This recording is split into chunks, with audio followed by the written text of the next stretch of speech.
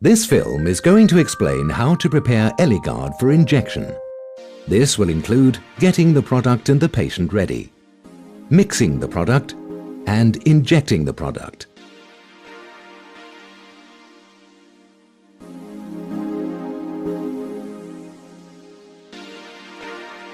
There are 3 Eligard preparations. The 1-month, the 3-month and the 6-month formulation should be stored in a refrigerator between 2 and 8 degrees Celsius in the original packaging in order to protect the product from moisture. Before administering Eligard, it's important to remove it from the refrigerator and allow the product to reach room temperature. This will take approximately 20 to 30 minutes. Otherwise, the patient will be injected with a cold product, which could result in unnecessary discomfort and pain. The product comes in trays and comprises 2 syringes. Syringe A with a liquid or solvent and syringe B containing leuprorelin acetate powder. These require mixing together to make the Eligard solution before injecting.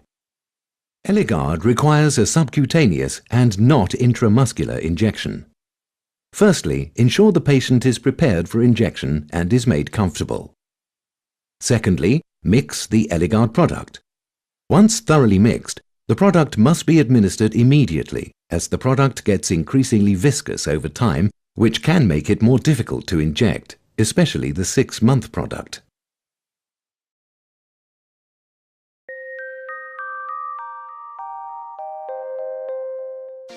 There are 6 steps to mixing the product in preparation for injection. It's important to follow these steps to ensure the formulation is adequately mixed. Do not shake the product, as this is not enough to combine it thoroughly. Step 1. Open the trays by tearing off the foil from the corner of the tray, which can be recognized by a small bubble, and empty the contents onto a clean surface. The contents will contain syringe A and syringe B.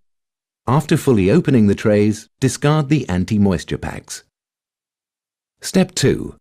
Take syringe B, the short wide syringe, and carefully remove the blue-tipped short plunger rod and its attached grey stopper by pulling it out.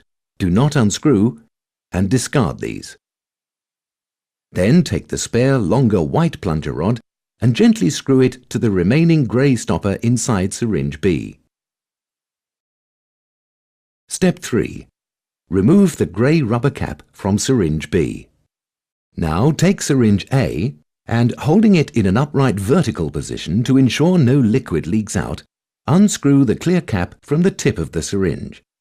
Keeping syringe A vertically upright with the plunger pointing towards the floor, join the 2 syringes together by pushing in and twisting until secure. Do not over-tighten, as this may make the liquid leak out and cause the needle cartridge not to secure properly. Step 4. Inject the liquid contents of syringe A into syringe B containing the leuprorelin acetate.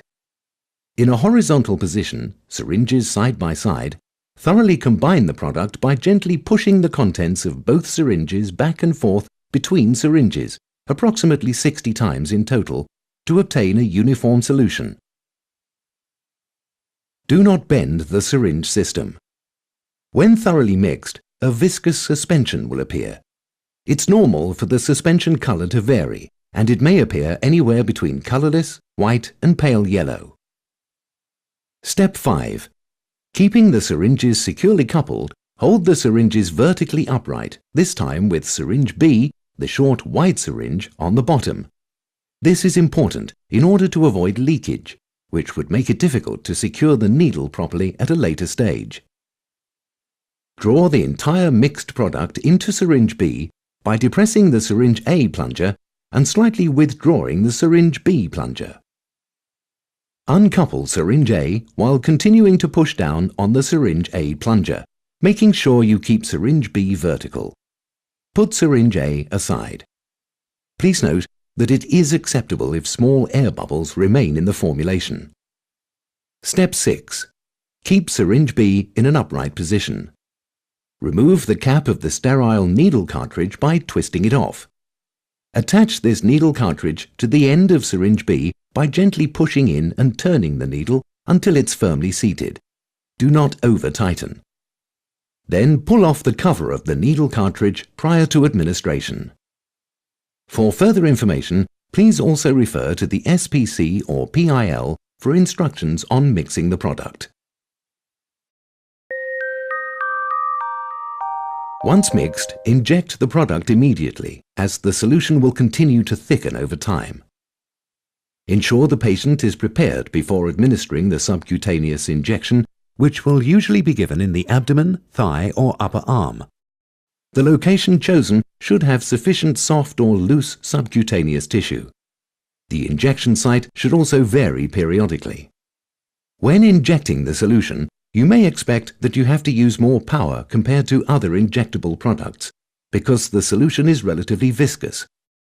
And please ensure the full amount is injected.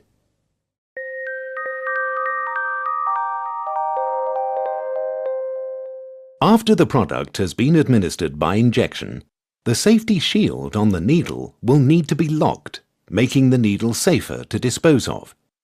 This can be done using either of two activation methods.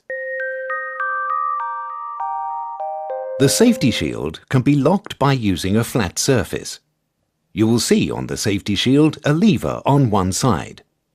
With the lever side facing down, press the safety shield onto a flat surface to cover the needle and lock the shield. The locked position will be confirmed by the sound and feel of a click. The locked position of the shield will completely cover the needle tip. Alternatively, the safety shield can be locked by using your thumb. Placing your thumb on the lever, slide the safety shield towards the needle tip to cover the needle and lock the shield. Again, the locked position will be confirmed by the sound and feel of a click. The locked position of the shield will completely cover the needle tip. Once the safety shield is locked, immediately dispose of the needle and syringe in an approved sharps container.